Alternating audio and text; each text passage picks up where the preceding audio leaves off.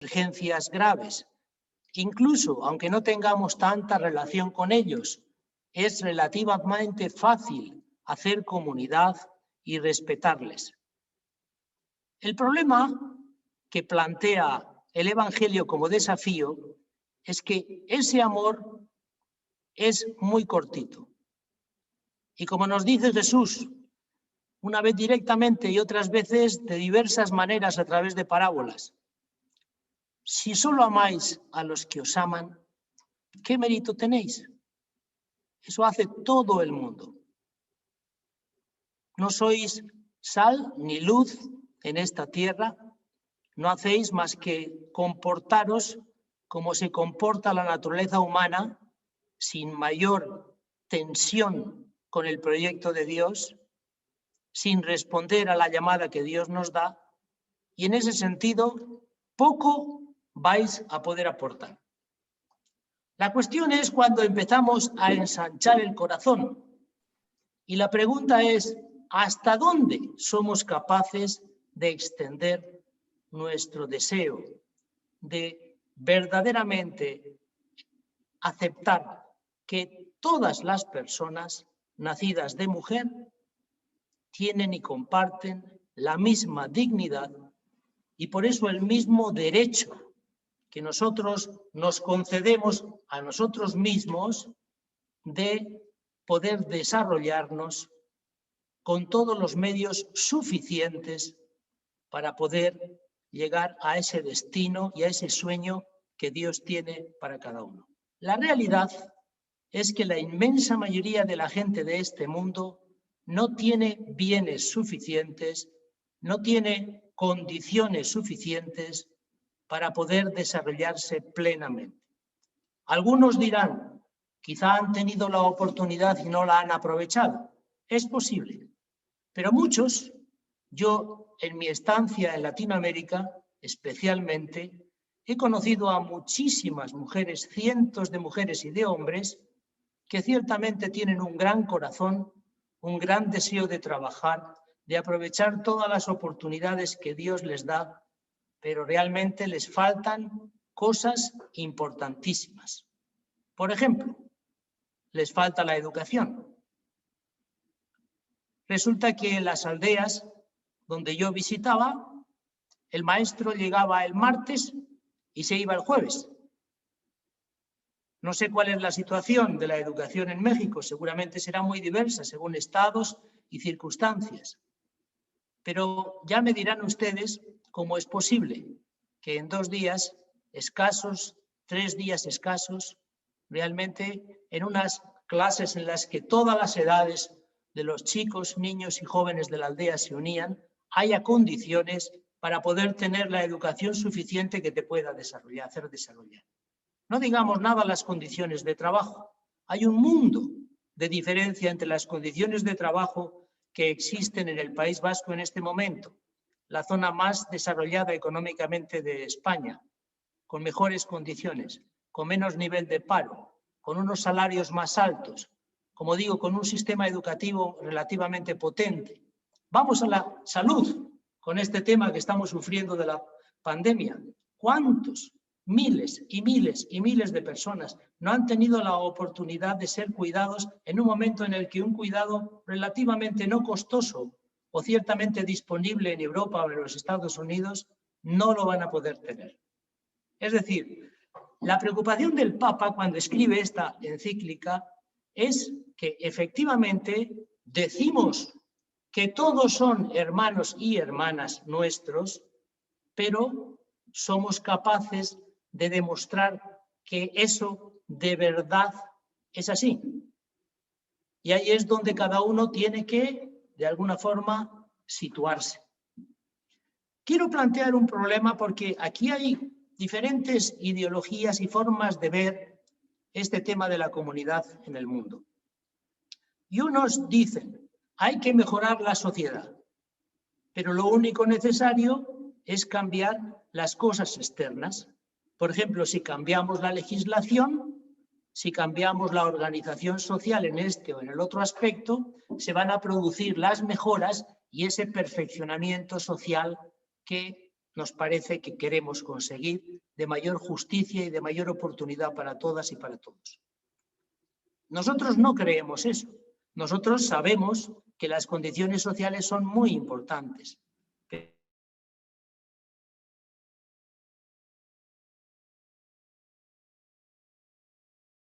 primero que tiene que haber es, de alguna forma,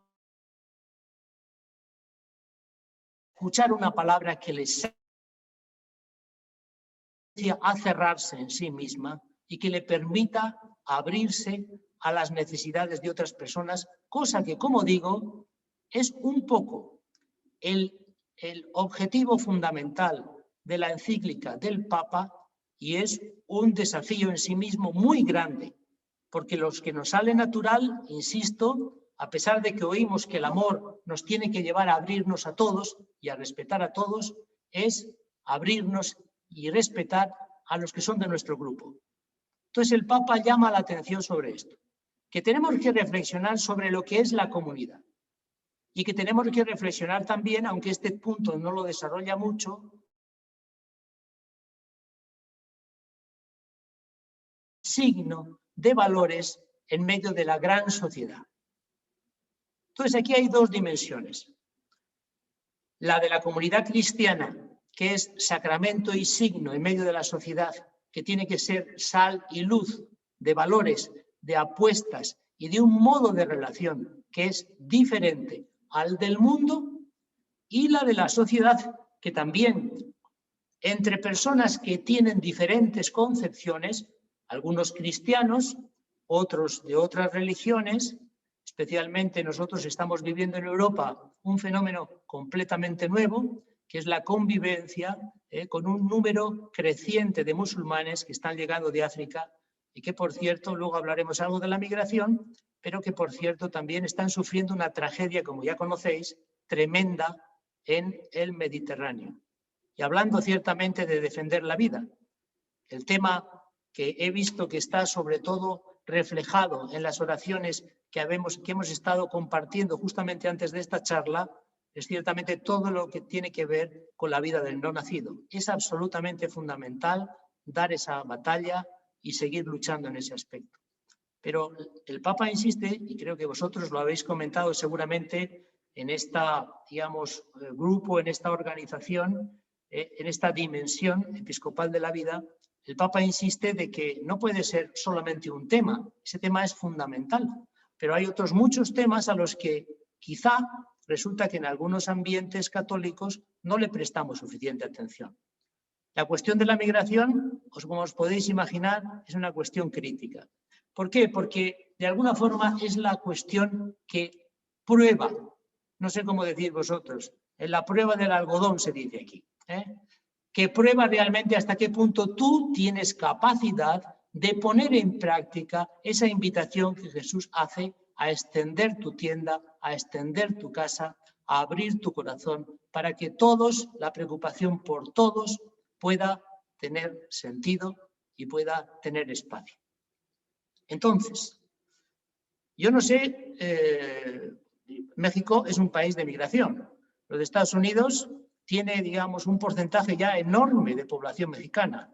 Esa es una realidad fundamental desde el punto de vista de lo que ha venido sucediendo.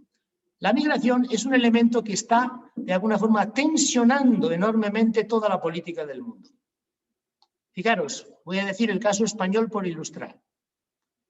Hace 15 años la gente consideraba que no había problema con la inmigración en España. ¿Por qué? Porque no había surgido un partido político duro que era anti-migración. En otros países europeos ya era un fenómeno que habíamos visto crecer desde hace 30 años, hace 20 años, pero todavía hace 10 años en España no existía. Ahora hay un partido que recoge todo ese malestar y un partido que está teniendo resultados bastante potentes. Eso, además de cambiar completamente la política española, porque el voto, digamos, conservador se ha dividido radicalmente y resulta que impide que haya mayorías para conectar, para poder gobernar en el gobierno de Madrid, en el gobierno de España, pues resulta que también genera una terrible crispación. Incluso El tema de la migración no es solamente un tema político que a uno le puede parecer como lejano. Yo he observado que en los últimos 10 años es un tema polémico en las familias de las personas nacidas en España. Por supuesto, no en las personas migrantes que han llegado, fundamentalmente aquí de Colombia, fundamentalmente aquí de Ecuador, fundamentalmente aquí de Perú, de Bolivia, sobre todo países andinos son los que más han llegado aquí desde la migración del año 2000. Pero es interesante ver cómo realmente este tema divide y tensiona a las personas y es la prueba para ver hasta qué punto uno tiene disposición, capacidad para entender lo que el Evangelio está intentando decirnos. ¿Es un problema fácil este? No. La migración, por ejemplo, norteafricana, la migración marroquí, es un problema muy complejo. Muy complejo porque supone la entrada de una cultura y de una religiosidad completamente diferente, aunque sabemos, no sé si sabéis, que en España los musulmanes estuvieron dominando lo que es la península ibérica durante 8 siglos. Si sabéis esto, quiero decir, es un dato importantísimo de historia que quizá a alguno le puede sorprender.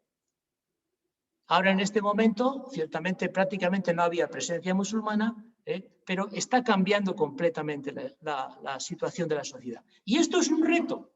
Esto es un reto primero para el conjunto de una sociedad que, como digo, la primera reacción natural que le surge a muchos es tensionarse y oponerse directamente. Y muchos de estas personas, ciertamente la gran mayoría son bautizados y la gran mayoría han oído el mismo evangelio que hemos oído nosotros. Y sin embargo, este no era un problema hasta que resulta que efectivamente empiezan a haber personas de diferentes nacionalidades, de diferentes condiciones que conviven y comparten la calle contigo y comparten los trabajos contigo y comparten los servicios sociales contigo. Ahora es cuando empieza a haber un problema. Pero luego también es interesante, porque resulta que este es un tema y es un debate para las mismas comunidades cristianas. Las comunidades cristianas yo veo, por ejemplo, aquí en Bilbao, no aquí, ahora estoy en Pamplona, ¿no? Pero en Bilbao, en mi ciudad, yo veo que efectivamente, generalmente la mayoría de la gente escucha el Evangelio y aunque naturalmente la reacción sea de miedo, uy, ¿qué nos va a venir? ¿Qué va a pasar? ¿Cómo va a cambiar esto? Sin embargo, al escuchar el Evangelio dicen, tranquilidad, no tengáis miedo, poned delante el amor y seguro que acertáis. No tengáis miedo a que vengan los musulmanes y nos conquisten, como algunos dicen que va a pasar. Poner delante el amor, tener confianza en que Cristo nos dijo con toda convicción, voy a estar con vosotros hasta el final de los días y así va a suceder. Vuestra responsabilidad no es ni ganar, ni ser muchos más. Seguimos al crucificado. Y lo que Dios nos pide en Jesucristo es que realmente tomemos nuestra cruz, nuestras responsabilidades e intentemos hacer ese mundo que Él soñó, en el que efectivamente haya espacio para todas las personas. Alguno que lea la Fratelli Tutti dirá, pero si es que no habla de Dios. Ciertamente cita el Evangelio. Pero la intención de este texto, no de otros textos del Papa, el Papa escribe sobre muchas cosas, habla a muchos colectivos, habla en circunstancias diferentes. El Papa en este texto lo que quiere es dialogar con aquellos que no son creyentes y de alguna forma compartir un sentido de comunidad nacional, primero, y segundo, comunidad global, porque considera, y lo subraya muchas veces, que si no somos capaces de hacer esto, de compartir este sentido y esta preocupación por el conjunto del planeta, por el conjunto de lo que él llama nuestra casa común, esto va a ir de mal en peor. Entonces, este es el reto, esta es la necesidad, esta es la oportunidad. ¿Qué es lo que tiene que hacer una comunidad que quiere ser de Jesucristo? Hay comunidades humanas que se centran en sus propios intereses, dice el Papa, y les llama comunidades de socios. ¿Qué quiere decir el Papa en la Fratelli Tutti cuando habla de comunidades de socios? Se refiere a personas que se agrupan no porque se sientan hermanas, hermanos, no porque realmente estén convencidos de que tienen una dignidad, ni siquiera una fe común. Se agrupan porque tienen intereses comunes y porque consideran que la mejor manera de defender sus intereses es agruparse. Entonces es una agrupación interesada, no es una agrupación movida por lo que es la fe, la convicción cristiana, el seguimiento de Jesucristo, la escucha del Evangelio, el compartir lo que hemos recibido gratis y dar gracias en alabanza juntos. Es una comunidad interesada y en la sociedad hay muchas comunidades interesadas. La gente se reúne para hacer negocios y no se reúnen porque realmente consideren que la otra persona tiene la misma dignidad, sino dicen, yo me reúno con me entiendo muy bien con él y de esta reunión va a haber un beneficio. La gente se puede reunir también para delinquir. Y ciertamente sabemos el problema de la corrupción que existe en muchos países. Y creo que no tengo que decir yo nada de lo que pasa en México respecto a este tema. Aquí la noticia del País de hoy es que una persona que es hija de un alto, digamos, político, resulta que ha aparecido con 9 millones de euros, o de, no sé, dólares, lo que sea, metidos en Andorra. Andorra está justamente cerquita de donde vivo yo, de Bilbao. Ya. Entonces, bueno, de eso podríamos hablar mucho. Y podríamos hablar mucho también de la necesidad y de la preocupación que existe respecto a todos estos temas de ética y de regeneración ética, que son absolutamente necesarios en la comunidad política. Y que, por supuesto, son absolutamente necesarios, digamos, como espíritu de aquellos que desde la comunidad cristiana quieren participar con responsabilidad política. Pero es que es muy difícil cambiar eso. Yo lo he visto en Ecuador. Yo lo he visto en Ecuador que realmente es dificilísimo porque es que todo el sistema político está engrasado de esta forma y lleva muchísimos años funcionando así. Y es terriblemente difícil de cambiar, pero a pesar de que sea difícil de cambiar, ahí está el reto. Comunidades de socios, de aquellos que se reúnen, de aquellos que se organizan, de aquellos que comparten objetivos fundamentalmente de interés económico y que, de alguna forma, se ponen en marcha. Cuando desaparece el interés económico, desaparece la comunidad. Nosotros no estamos articulados como comunidad de socios. Nosotros estamos articulados como comunidad de hermanas y hermanos. Y queremos seguir siendo centrados en ese proyecto de Jesús. Es muy importante esto. Es muy importante, pero es importante no solamente que seamos capaces de decir las cosas bellas, porque en nuestras comunidades puede haber paralíticos. ¿Quiénes son los paralíticos? Los paralíticos son aquellos que tienen todos los objetivos muy bonitos, que dicen las palabras adecuadas, incluso pueden estar hasta convencidos, pero luego resulta no son capaces de poner los medios para poder hacer realidad ese ideal. Jesucristo nos insiste muchísimas veces y de muchas maneras. No basta con decir Señor, Señor. ¿Quiénes son mi madre, mi padre y mis hermanos? Aquellos que escuchan y aquellos que ponen la palabra en acción. Este es el criterio fundamental de seguimiento de nuestro Señor Jesús. Este es un contraste fundamental de lo que es la fe auténtica, que ciertamente tiene que ser fe espiritual, que tiene que tener un componente profundo de oración y de servicio, las dos cosas. Pero seguramente el servicio sin la oración no va a durar mucho tiempo.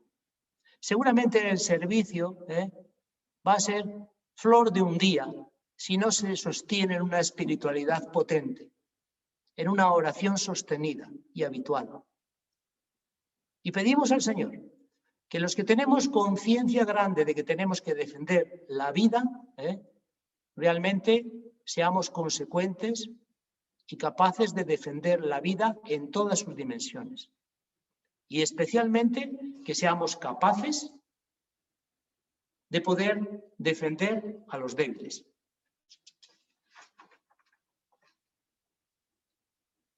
El problema entonces es evitar sordera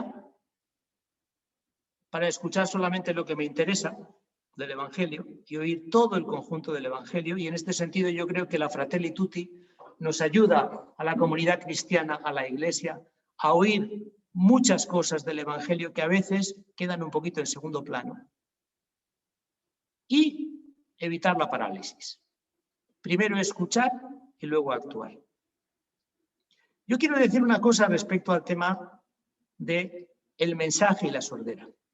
El Papa cita a algunos personajes que yo no sé si vosotros, algunos seguramente sí, los habéis oído, por supuesto, los sacerdotes los han oído, los que han estudiado teología los han oído, los que tienen formación cristiana también los han oído. Respecto, por ejemplo, al tema de la propiedad. Un tema bien delicado. Entonces, la doctrina social de la Iglesia, no el Papa Francisco, sino ya desde hace mucho tiempo, muchas décadas, viene insistiendo en la función social de la propiedad. ¿Qué quiere decir esto? Pues quiere decir que yo tengo mi dinerito en el banco, tengo mi platita en el banco.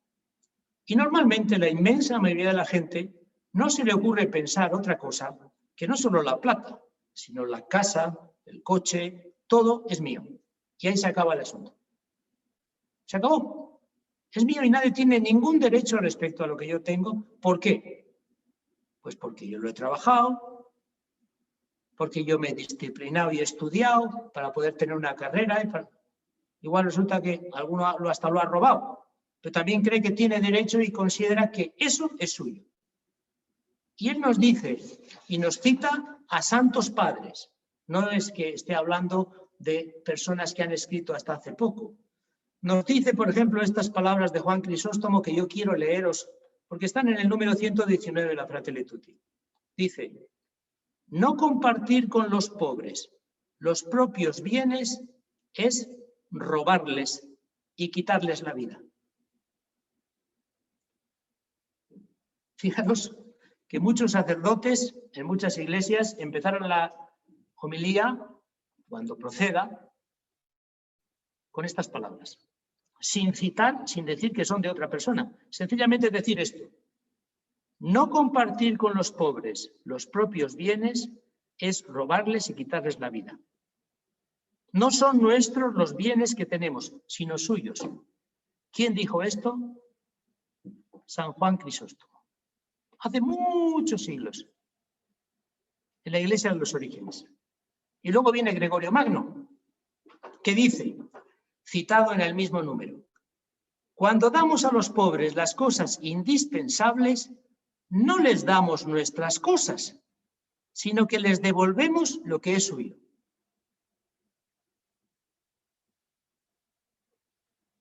Ahí se queda. Yo personalmente en este tema creo que no hay palabras más potentes que nos plantea la tradición de la Iglesia, no el Papa Francisco, la tradición de la Iglesia respecto a lo que nosotros consideramos que son nuestros bienes. Claro, esto no significa que mañana tengamos que coger y regalar todo, creo yo, que no significa. Pero ciertamente da que pensar muchísimo. Porque como digo, realmente cada uno tiene hay una gran diversidad de situaciones. Y unos hemos tenido una enorme suerte. Yo quizá no he tenido una familia con dinero, pero he tenido la oportunidad de estudiar. Y mi padre tenía un camión y a partir de ese camión fuimos 5 hermanos, yo era el mayor y todos pudimos estudiar, etcétera. Y bueno, pues en ese sentido nos hemos defendido. Pero otros no. Otros no han podido tener esa oportunidad. Otros tienen muchísimo más recurso. Muchísimo más recurso. Y la cuestión es esta. La cuestión que quiero plantearos ahora es el tema de la gratuidad. ¿Por qué el tema de la gratuidad? Porque el tema de la gratuidad tiene muchísimo que ver con esto que acabo de decir. Algunos Dicen, y yo he oído, y seguramente ustedes también han oído, alguna formulación como esta. A mí nadie me ha regalado nada. Fíjense y piensen un momento lo que esto significa. Uno nace en una ciudad. Vamos a suponer que es una familia relativamente pobre.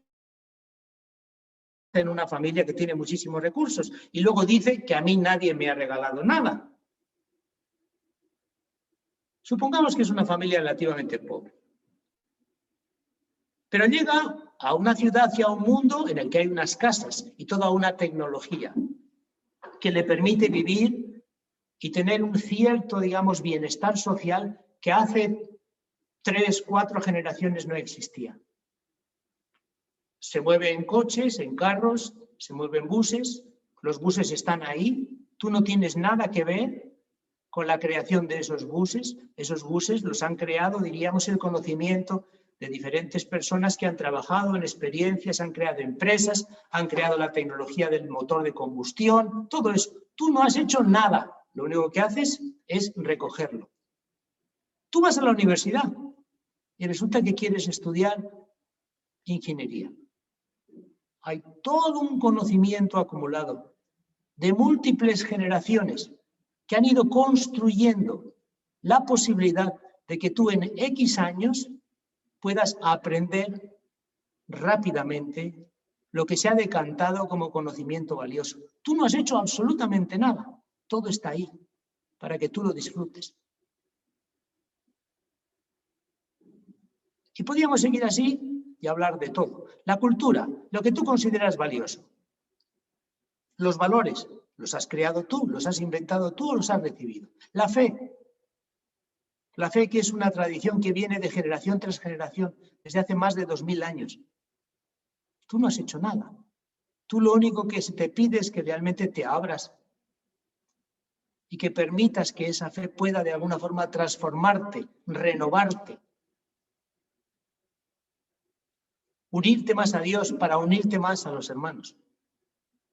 Ahí está todo, como un regalo, para que tú lo puedas disfrutar. Y tú, en un momento, con una mente chiquita, pensando solamente en el esfuerzo que tú has podido hacer porque has estudiado mucho, porque te has disciplinado, porque has renunciado a determinadas cosas para poder formarte y luego poder acceder a un buen puesto, vas y dices, a mí nadie me ha regalado nada.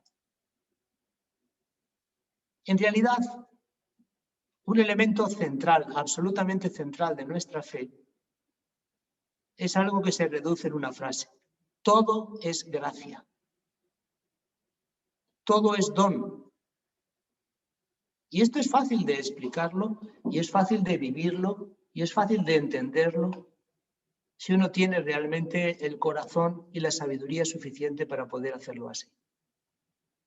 Y si uno descubre que lo que tiene es don,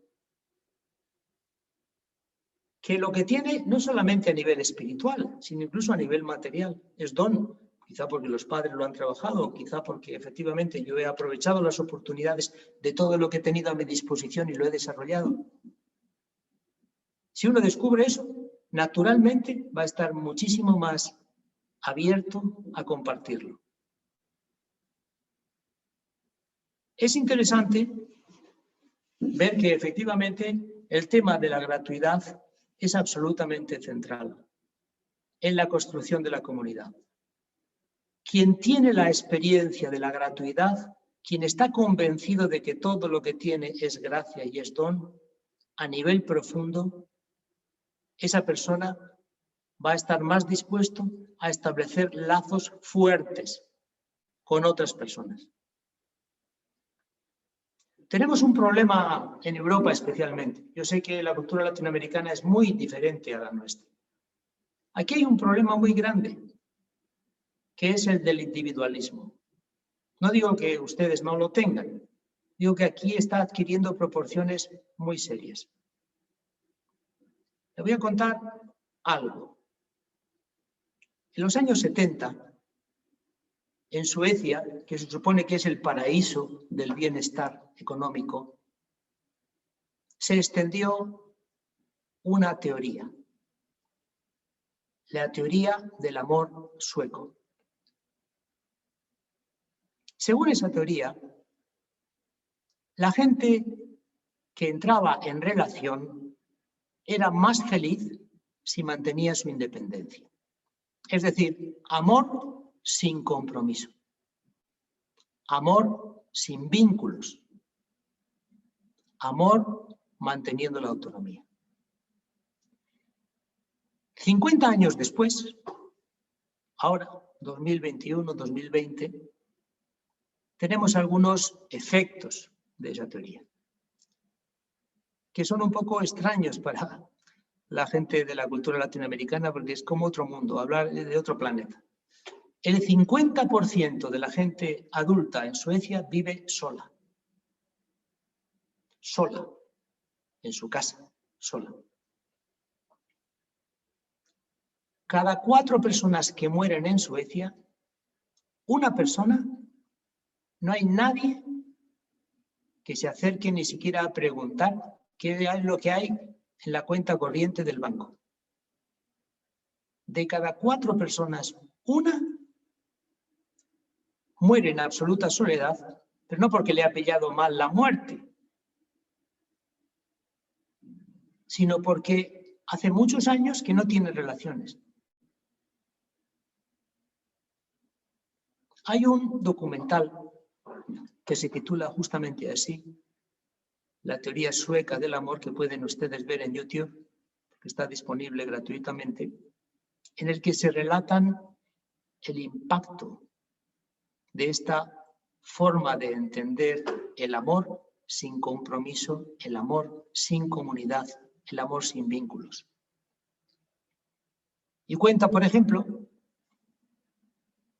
que una persona se suicidó y tuvo el buen gusto de abrir la ventana para no dejar mal olor. De tal modo que estuvo 2 años sin que nadie se enterara de que había muerto. Llegaban las pensiones al banco, se detraían los gastos del banco, luz, etcétera, todo automático, todo estupendo, todo maravilloso. La persona estaba fallecida 2 años antes, nadie le echó de menos.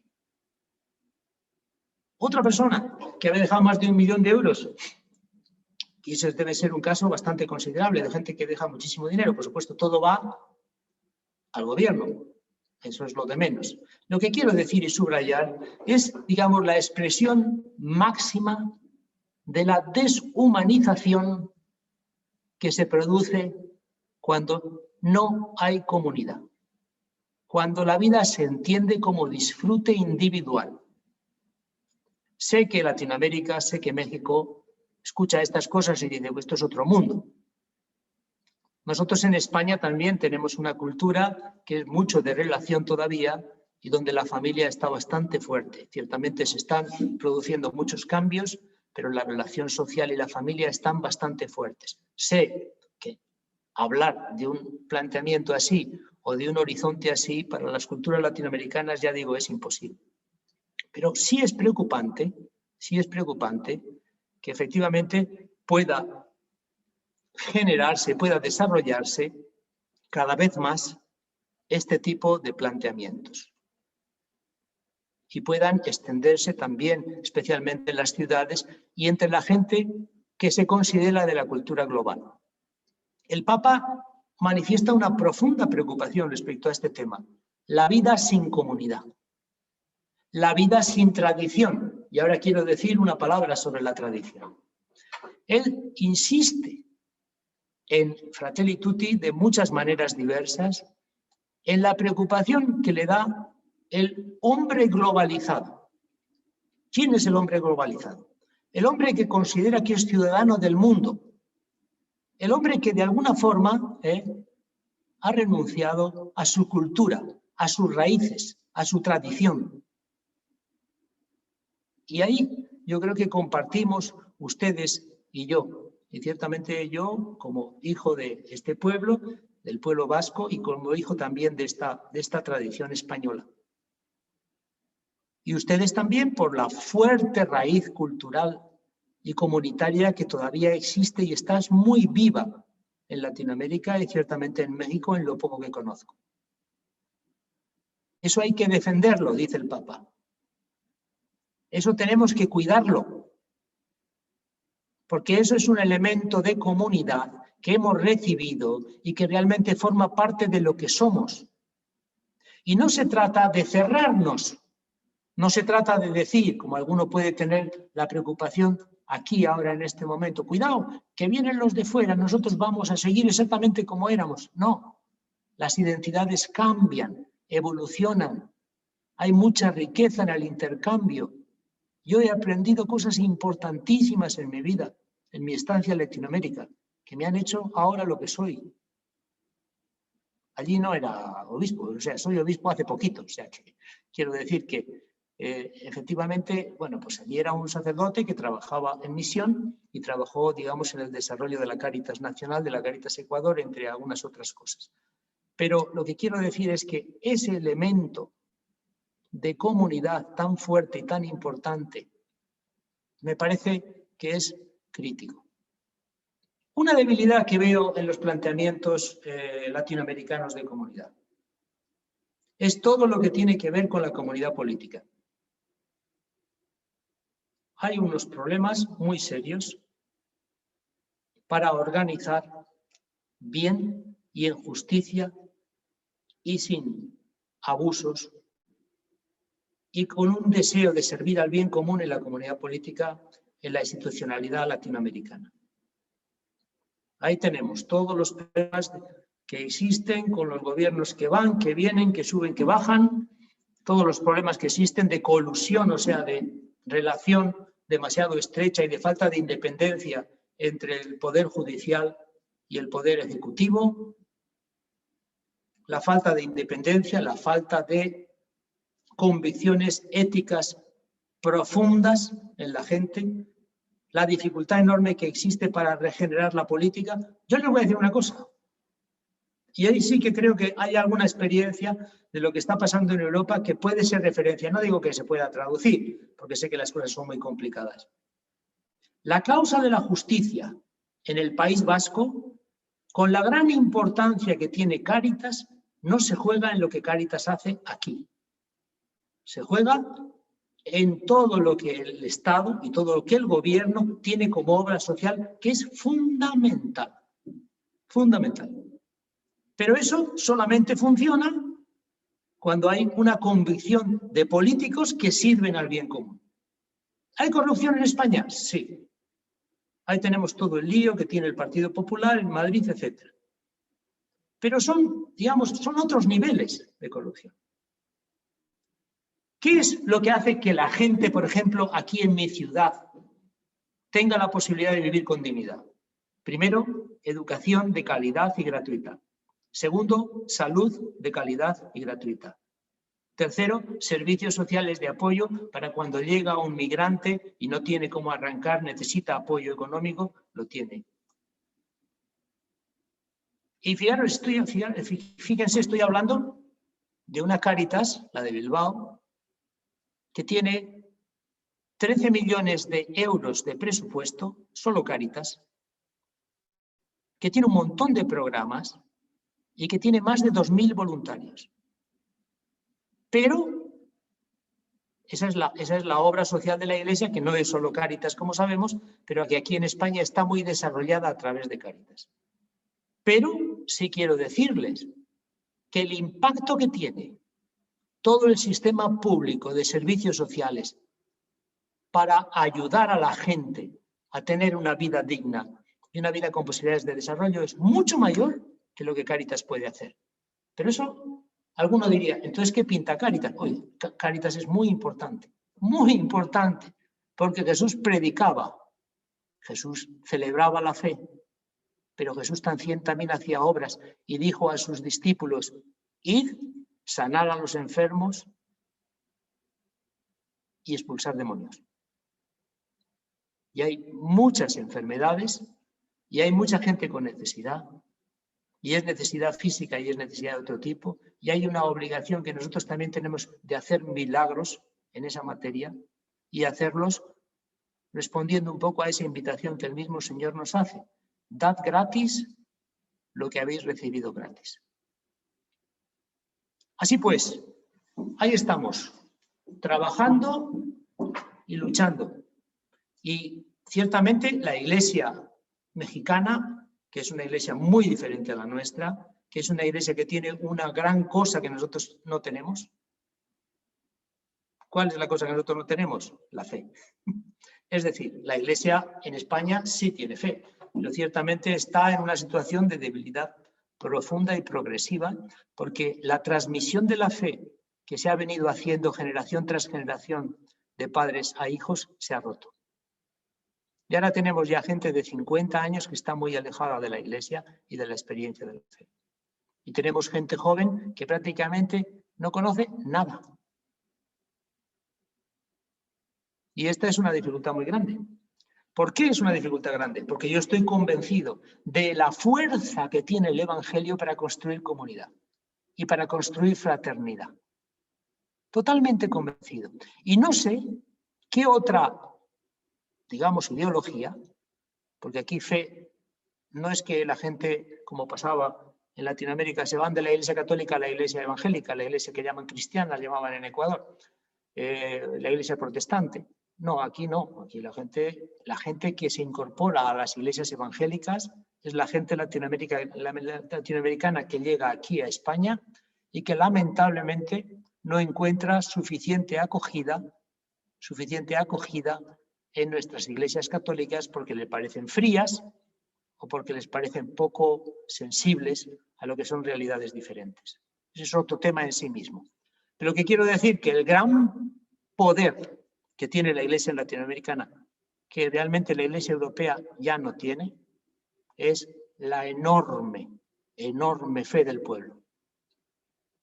Y esa fe, lo único que necesita para ser fe completa y plena es demostrar que tiene también capacidad de fraternidad, más allá de lo que era el planteamiento de la Iglesia de los Orígenes. ¿Qué diferencia hay entre la Iglesia de los Orígenes en materia de fraternidad y esta Iglesia nuestra, católica del Papa Francisco?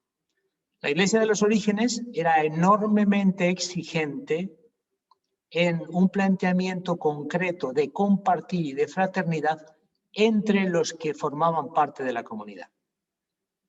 Pero, por ejemplo, la pequeñita iglesia que se reunía en una casa o en otra casa y que se iba constituyendo en diferentes lugares del Imperio Romano, no pretendía transformar las estructuras ni hacer grandes cambios en el Imperio Romano. El Imperio Romano allí se quedaba. Entre otras cosas, porque en los primeros años había una convicción muy fuerte de que el mundo se acababa. Y por eso mismo, lo que los cristianos querían era vivir la fraternidad con mucha fuerza dentro de la comunidad, pero no pretendían cambiar nada fuera. Nosotros, con un planteamiento humilde, porque sabemos que los problemas del mundo son muy grandes y no superan, pero nosotros sí queremos, sí aspiramos a dejar un mundo mejor, no solamente el de la vida comunitaria, sino también el de la vida social. Y por eso creemos que es importante intentar predicar ese evangelio de fraternidad a todo el mundo, incluso a los que no son creyentes. Pero claro, ya varios papas han insistido en esta idea que voy a decir ahora. Hay muchas palabras en este mundo. Y lo importante es el testimonio. Somos capaces de demostrar que creemos en lo que predicamos, entonces sí te vamos a escuchar.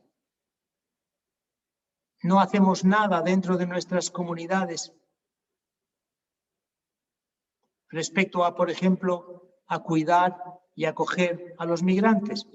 Entonces tú puedes decir todas las palabras bellas sobre la migración, que no creo que tienes nada que enseñar. Un ejemplo. de lo que estamos haciendo e ilustrando un poco lo que en la vida comunitaria de la Iglesia significa abrirse a lo que es un planteamiento de fraternidad universal. Siria le pilla como muy lejos a México, pero en Siria ha habido una terrible tragedia y millones de personas desplazadas en una guerra fratricida que ha hecho un enorme daño. Ha habido muchísimas familias que han tenido que salir de Siria y han estado viviendo en campos, digamos, de refugiados en condiciones indignas. En un momento, a través de una iniciativa de corredores, etcétera, no voy a entrar en los detalles, pero se nos pidió a las comunidades cristianas de Vizcaya, de mi diócesis, de Bilbao, se nos pidió acoger a una serie de familias. Pero no solamente acogerles dándoles dinero para que ellos puedan vivir, sino una familia aterrizaba en el entorno de un barrio donde había una comunidad cristiana. Y esa familia, que no sabía nada de español, ni sabía nada, por supuesto, de vasco, que no solamente era acompañada buscándoles un trabajito, escolarizando a los niños, sino también en la vida de la comunidad, en las celebraciones de la comunidad, y había un grupo de personas en esa comunidad que les acompañaba. Es una iniciativa que hemos llamado comunidades acogedoras. Seguro que en México hay muchísimas cosas de estas, pero también habrá muchísimas comunidades cristianas que podrían hacer algo en este sentido y que quizá no se lo han planteado. Comunidades acogedoras. Puede ser con los migrantes, puede ser con diferentes colectivos, puede ser con un grupo de discapacitados. Esta es, digamos, una de las cosas que la Iglesia ha hecho siempre mejor. Identificar un problema, un grupo especialmente débil y convertirnos, digamos, en el corazón de Cristo, esa comunidad que se acerca a esas personas y no solamente les da unas moneditas, sino que les acompaña y se compromete con ellas a hacer un camino. Esto es lo que es una demostración de lo que las comunidades cristianas pueden hacer, de lo que necesitan hacer, de lo que necesitan demostrar. Y así sí, así estamos demostrando con hechos que nos importa la vida en todas sus dimensiones.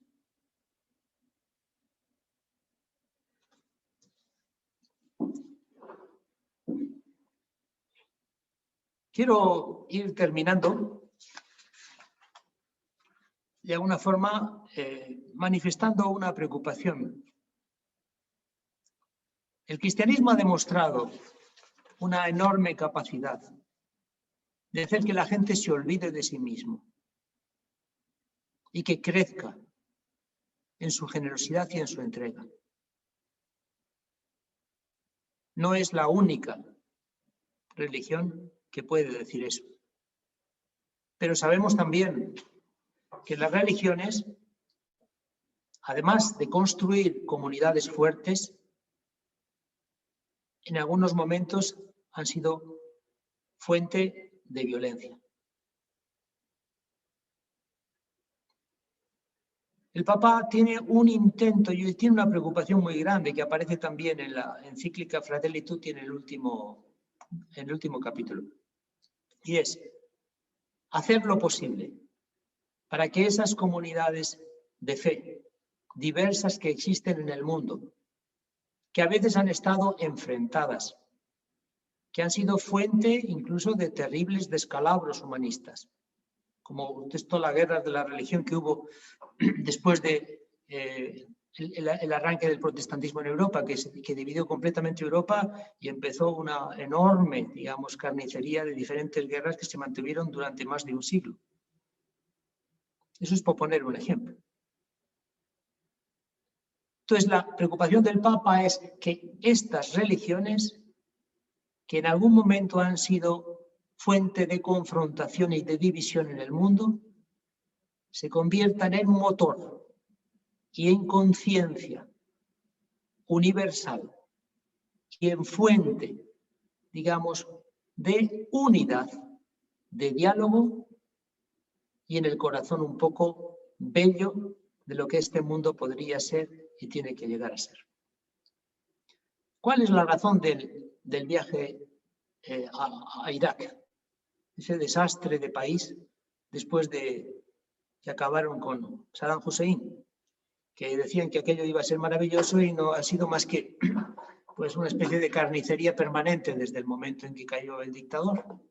Ciertamente dictador sí era, pero que no sabemos si lo que le ha sustituido es mejor, pues también muchísimos tienen muchísimas dudas, incluso en los Estados Unidos también.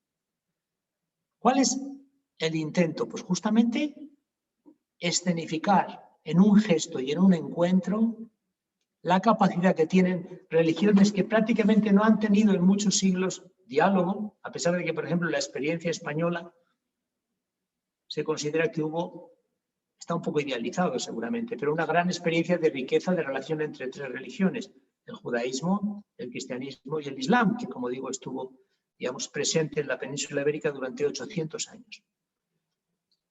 Bueno, pero hace poco tiempo, pues todavía no tenemos toda la historia de las cruzadas, del enfrentamiento violento con el islam. Bueno, pues eso es lo que el Papa quiere hacer. Es decir, demostrar en un gesto no solamente que predica, sino que también es posible.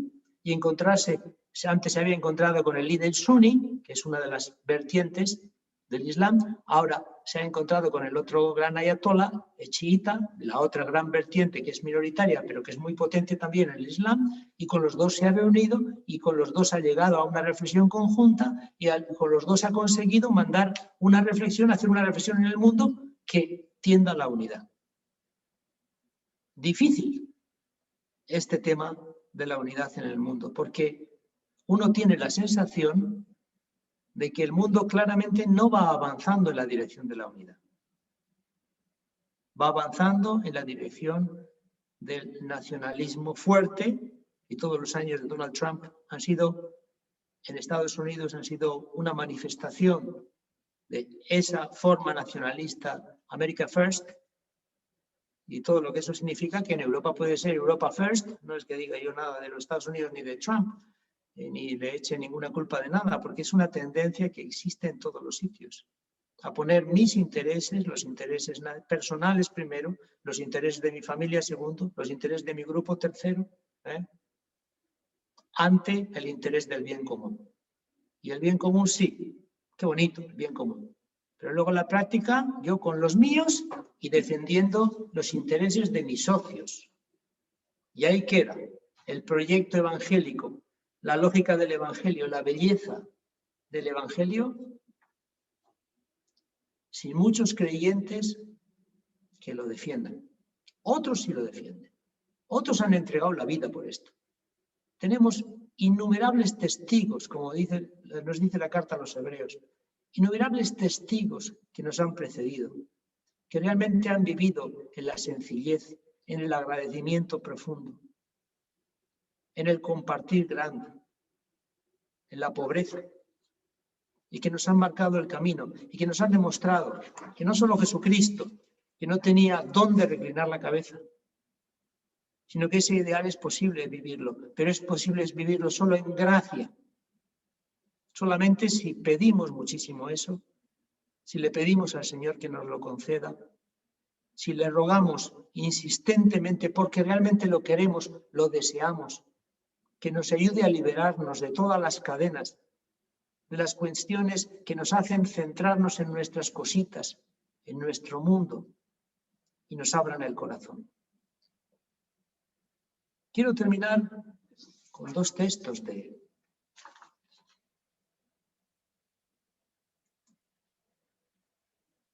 la Fratelli Tutti. ¿Por qué se llama Fratelli Tutti? Se llama, me imagino que saben ustedes, que es una expresión que utilizaba el mismo San Francisco de Asís a la hora de iniciar sus sermones o sus pláticas en la calle cuando se reunía la gente en torno a él. Y nos dice en el número 3, prácticamente al principio de la encíclica, nos dice: San Francisco, recordando su encuentro con el sultán Malik el-Kamil de Egipto, líder suní, como les he dicho, ahora se ha encontrado en Irak con el líder chiita, con un ayatolá chiita, pero la gran facción, la mayoritaria facción de los musulmanes del Islam son los sunís, y en este encuentro que tuvo con el líder suní, hablando de eso, él se refiere a un encuentro que tuvo San Francisco ya, pues fíjese, hace muchísimo tiempo, ¿no? En Egipto, con el sultán Malik el-Kamil, pidió a sus discípulos que, sin negar su identidad, muy importante, nosotros no queremos ningún diálogo en el que vayamos a mínimos. No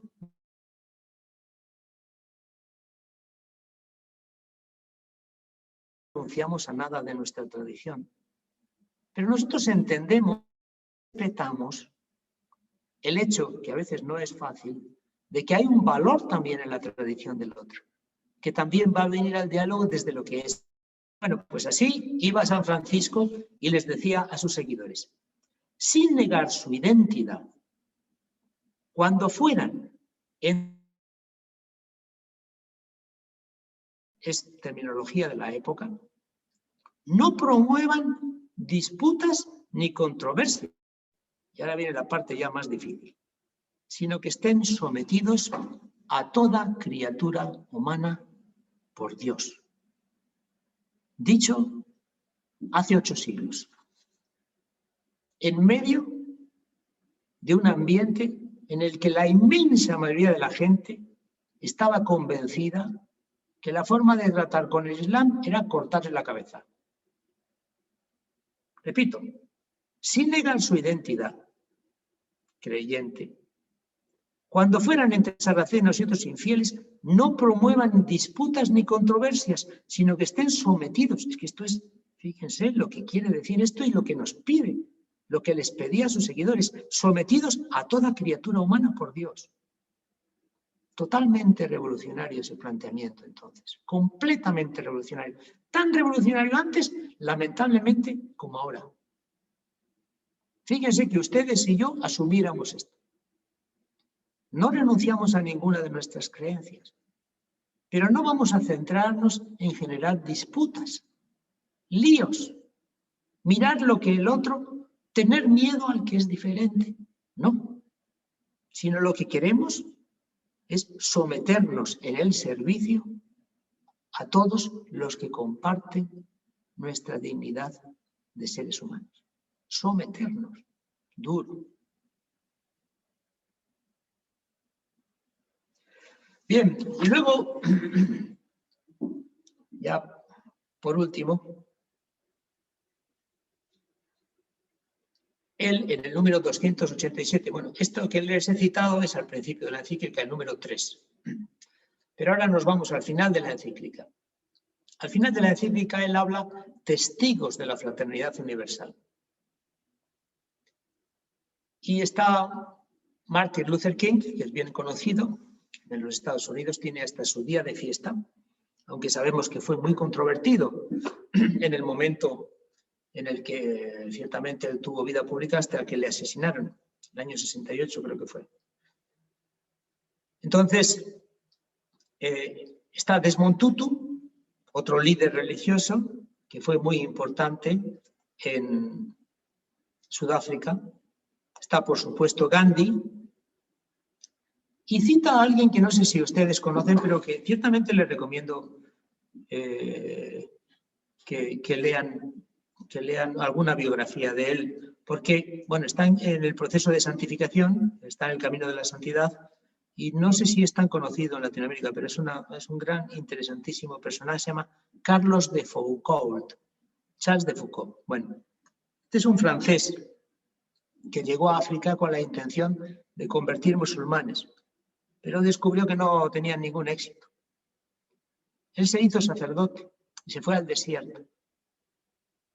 Y allí, delante de la Santísima Eucaristía, vivió en oración y en silencio, y en servicio y en testimonio absolutamente pobre, humilde, en medio de una comunidad donde todos eran musulmanes y allí fueron siendo musulmanes, rezando por este mundo y pidiendo al Señor sobre todo una cosa para él.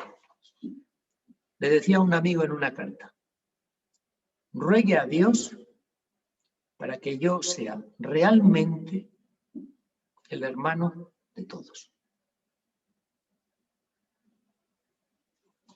Pues ahí lo dejamos, con ese deseo de que también nosotros podamos compartir con Charles de Foucault y con todos los creyentes que así lo han vivido, esa oración que él rezaba con tan gran deseo. Como veis, al minuto, ¿eh? Muy bien, monseñor. Agradecemos su participación y ahora vamos a ir con un breve momento de algunas preguntas que tienen algunos de nuestros participantes. Luz María pregunta: ¿cuál es el partido de reciente creación que se enfoca en la población migrante? El partido de reciente creación, que tiene pocos años, pero que va creciendo en porcentaje de voto en España y que tiene en su proyecto, diríamos, una actitud muy preocupada, digamos, con el tema de la migración y bastante cuestionadora del tema de la migración, es Vox. Se llama Vox. Y su irrupción en la política española ha generado un cambio radical de todo lo que era, diríamos, el bipartidismo anterior, en el que el partido conservador, digamos, el Partido Popular o el Partido Socialista, se iban cambiando en el poder. Primero era uno, era otro, pero tenían mayorías absolutas o suficientes para poder gobernar. Ahora ya no. O sea, se ha roto, digamos, el bipartidismo en España y en todo el sector del voto conservador se ha dividido por la irrupción de Vox, que es relativamente reciente, tiene pocos años. Y ha cambiado totalmente el panorama en España. Luz María también pregunta, monseñor, que dice, en el tema del terrorismo en relación con la migración, que si puede comentar algo.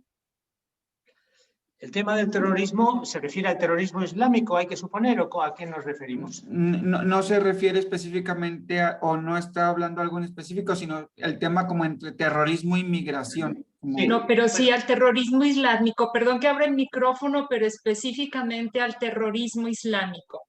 Ya. Bueno, pues esa es una fuente de miedo muy extendida. Yo no sé si, me imagino que conocéis que en el mismo País Vasco ha habido un problema de terrorismo con ETA, el tema de la independencia, que después del tiempo de Franco se supone que ya, bueno, pues se iba a orientar políticamente la cosa, pero hubo un movimiento aquí armado que defendió y que asesinó a muchísima gente. Defendió la idea de que el País Vasco tenía que ser independiente, etc. Entonces, este es un fenómeno que nosotros conocemos bien en el País Vasco. Aquí puede pasar algo de lo que pasaba en esa situación. El terrorismo de ETA era muy grave desde el punto de vista moral, pero ciertamente eran pocas las personas que lo apoyaban y ciertamente mucho menos las personas que realmente estaban militando en ese terrorismo. También existe, yo creo, una posible distorsión entre lo que es el Islam, que mayoritariamente es una religión que promueve la paz, aunque podemos buscar también en el libro del Islam determinadas reflexiones o determinadas cosas que parece que incitan a la violencia. Pero claro, también podemos encontrarlas en la Biblia. En ese sentido, yo no sacaría conclusiones por lo que dice el texto, sino intentaría ver lo que la gente que cree en esa fe, que practica esa fe, considera. Entonces, minoritaria. Hay otros problemas más serios quizá para nuestra sensibilidad europea en el Islam, como es todo el tema de la consideración de la mujer y algunas otras cosas, donde estamos culturalmente más separados y más diferenciados. Pero el tema específico de la violencia, los que la apoyan son muy pocos. Y en ese sentido aquí tenemos un problema, porque muchísima gente generaliza el peligro del terrorismo y lo identifica con la fe musulmana. Esta es una identificación injusta. Lo mismo que en este momento podían, digamos, identificar en Latinoamérica, y de hecho en algunos casos se hace, digamos, el cristianismo y el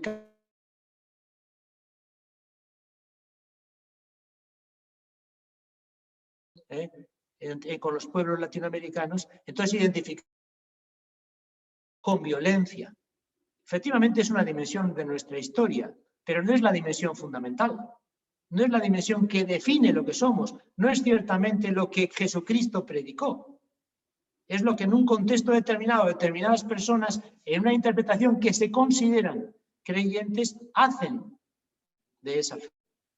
Entonces yo personalmente no creo que haya un problema, sí hay un problema mayor en este momento de potencial violencia en determinados sectores de personas que son creyentes musulmanas.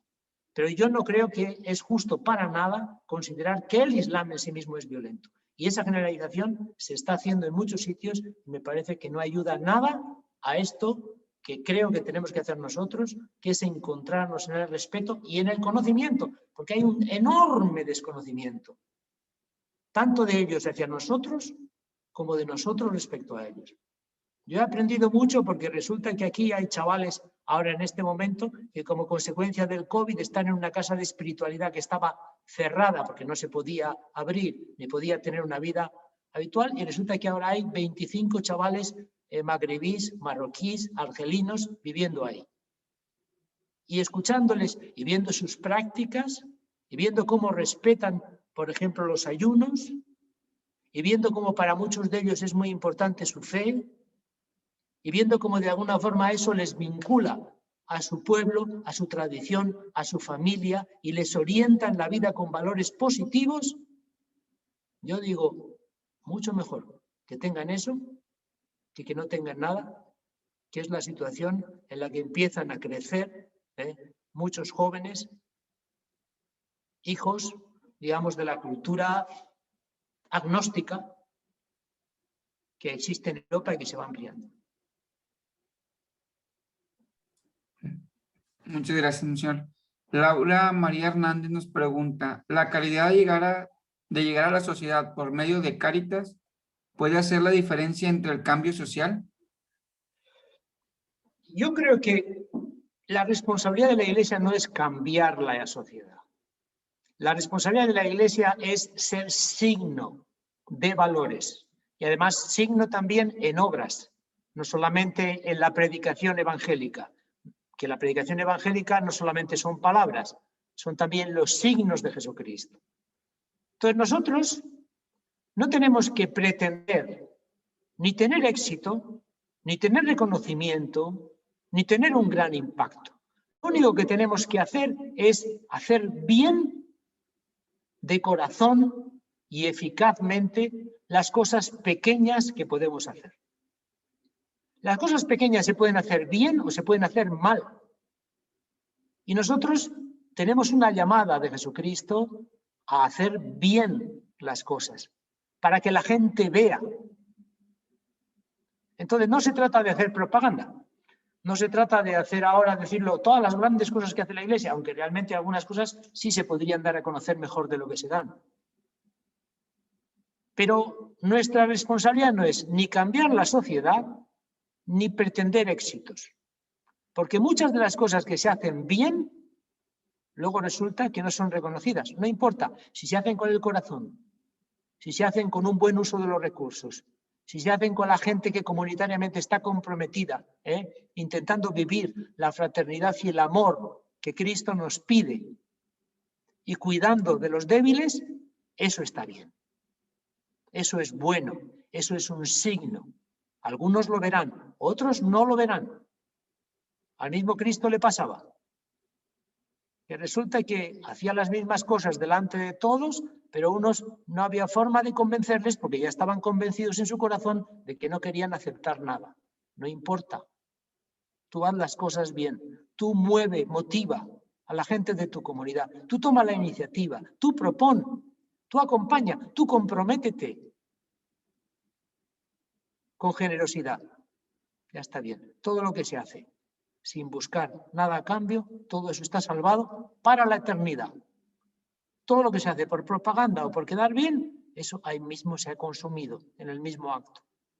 Cada uno sabe cómo lo hace, pero también hay signos que desde fuera uno puede decir, oye, pues estos están haciendo, esta comunidad cristiana realmente está haciendo las cosas bien. Aunque tenga poco impacto, pero lo que hace lo hace bien. Otros que dicen, como es muy difícil todo, no hacemos nada. Pues bueno, ahí sí que realmente tienes un agujero. Y hay una llamada del Señor que te está diciendo, hermano, hermana, no seáis mediocres. No se puede ser creyente y mediocre. Y finalmente, la última pregunta. Laura también pregunta, ¿cómo poder hacer que la fe en Dios Altísimo no decaiga con la intromisión de las ideologías de género que están penetrando en nuestra sociedad, jóvenes y familia? Bueno, este es un tema bien importante, me parece a mí. Por ilustrar y por aterrizar. Creo que habéis tenido vosotros ahí, estáis teniendo un debate importantísimo sobre el tema del 8 de marzo, todo lo que ha habido, las manifestaciones que ha habido sobre el feminicidio, la reacción que ha tenido el presidente de la República en el sentido de que considera que esas manifestaciones no existían anteriormente. ¿Estoy bien situado o no? ¿Estoy despistado? Algo de eso hay, ¿verdad? Bien. El tema específico es el tema de género que me están planteando. Claro, yo personalmente creo, sinceramente, que hay una tremenda, digamos, preocupación muy legítima respecto a determinadas manifestaciones de ideología de género. Pero yo creo que en este asunto nosotros se aplica también lo que dice San Francisco. Se aplica a nosotros desde lo que somos y sin renunciar a lo que somos y a lo que son nuestras convicciones, tenemos que entrar en diálogo. Literalmente, entrar en diálogo. ¿Qué significa entrar en diálogo? Significa que hay en determinadas reivindicaciones, por ejemplo, todo el tema de la violencia de la mujer, que yo lo he visto muy fuerte en mi experiencia en Ecuador, muy fuerte, que hay ahí una llamada del Señor a tomarnos en serio en la Iglesia este asunto. Todo el tema de la igualdad en muchos ambientes de la vida, que no significa que seamos iguales.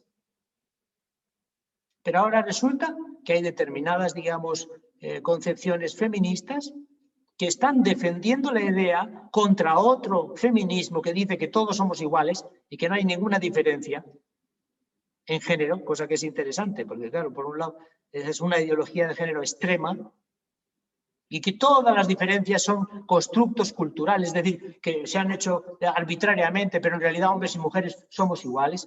No es cierto, nosotros no podemos defender eso. Ahora resulta que hay un determinado feminismo que está volviendo y afirmando, curiosamente, que efectivamente hombres y mujeres son distintos y que la forma de defender, digamos, la igualdad y los derechos de la mujer es reconociendo que son distintos. Bueno, ahí hay una oportunidad de diálogo. Quizá con algunos no será muy fácil. Quizá con algunas no será posible. Quizá con algunas realmente lo que tendremos que hacer es tomar una sana distancia. Pero hay otros ambientes en los que hay, digamos, determinados planteamientos que tenemos que escuchar, porque igual tienen alguna verdad. Entonces, yo no estoy defendiendo la ideología de género. Yo lo que estoy defendiendo es que una actitud radicalmente cerrada por parte de la Iglesia de entrar en el debate público y de defender sus convicciones desde un escuchar también lo que puede haber de verdad en algún otro planteamiento, que no en todos, nos excluye, nos cierra, nos deja sin capacidad de ser sal y luz. Porque una dimensión importantísima es la confrontación. Es decir, llega un momento en el que tienes que confrontar determinadas dimensiones y determinadas actitudes del mundo. Totalmente de acuerdo. Pero esa no puede ser la única.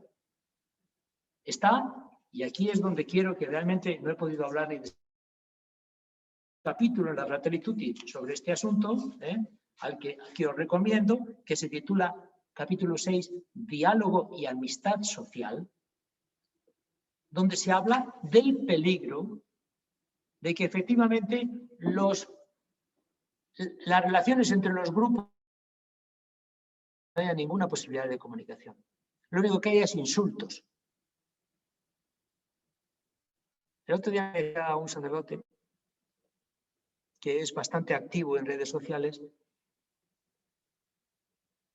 que lamentablemente los insultos más graves que había recibido habían sido de hermanos sacerdotes. Esto incluso dentro de la iglesia.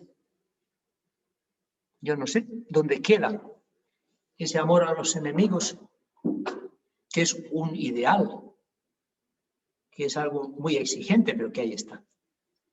En fin, pues más, pero creo que ya es la hora y no quiero insistir. Os agradezco mucho esta oportunidad que me habéis dado de poder charlar. Ahí veo a Monseñor Herrera que aparece. Ya, Monseñor, mucho gusto. Muchas gracias, Monseñor Joseba. Mucho gusto, Monseñor Joseba Segura.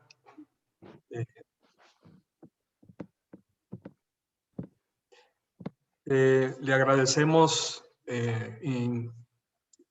con mucha alegría, con mucho cariño, este tiempo que nos ha dedicado para nuestra reflexión. Creo que nos ha dado muchos aspectos, muchos puntos importantes que nos van a quedar como tarea en nuestras vidas personales, pero también en nuestras diócesis, en nuestras tareas pastorales. Y sobre todo pensar cómo la globalización, este mundo globalizado en el que vivimos, no puede limitar estos aspectos prácticos de la fraternidad, de la vida en común, de sobre todo la amistad social, como nos pide Papa Francisco en Fratelli Tutti. Y ante todo, este compromiso que es un reto para nosotros en la actualidad, este compromiso de meternos a vivir precisamente la vida, la caridad, en la relación, en el vínculo, en la fraternidad con el otro. En España tienen un refrán, un dicho que dice, ver los toros desde la barrera. También nosotros aquí en México lo tenemos mucho y decimos, no hay que ver los toros desde la barrera, sino que hay que ponernos en el lugar del torero, ¿verdad? Esto es entrar en esta dinámica que el Papa Francisco nos está insistiendo fuertemente para abrirnos a esta vida de comunidad, de fraternidad, de amistad social, de relaciones, aún en medio de este mundo tan globalizado. Por eso, Monseñor, la dimensión de vida de la Conferencia del Episcopado Mexicano le otorga el presente reconocimiento a Monseñor Joseba Segura por su valiosa colaboración como conferencista en el segundo Encuentro Nacional de Pastoral de la Vida, 9, 10 y 11 de marzo del 2021. Su servidor, Monseñor Jesús José Herrera Quiñones, obispo de Nuevo Casagrande, Chihuahua, y responsable de la dimensión vida de la Conferencia del Episcopado Mexicano, y presbítero Rafael Felipe Alemán Jasso, secretario ejecutivo de la dimensión de vida de la Conferencia del Episcopado Mexicano. Le agradecemos, Monseñor, y pues seguimos unidos en fraternidad, en hermandad, como dos países que estamos tan cercanos por nuestras raíces. Mucho gusto y muchas gracias por esta oportunidad de volver a sintonizar con Latinoamérica, que como he dicho ha sido una fuente muy importante de riqueza en mi vida espiritual y en mi vida presbiteral, antes de esta fase en la que me hicieron volver engañado a Bilbao porque me dijeron que me requerían para una diócesis, perdón, para una parroquia, y resulta que luego había por ahí algún movimiento ya para el nombramiento. Bueno, pues, Bueno, y pues tuve la oportunidad, por cierto, de... aquí en esta casa hay varios mexicanos que voy a saludar. Ciertamente, monseñor, le conocen a usted. Son sacerdotes mexicanos que viven aquí en Pamplona, que están estudiando aquí, y ahora a las 7 empiezo un retiro que les voy a dar. muy bien, pues un saludo para todos de nuestra parte. Estupendo. Y que Dios los siga bendiciendo, monseñor, en su tarea. Muchas gracias. Y gracias a todos ustedes. Gracias, monseñor. Bueno.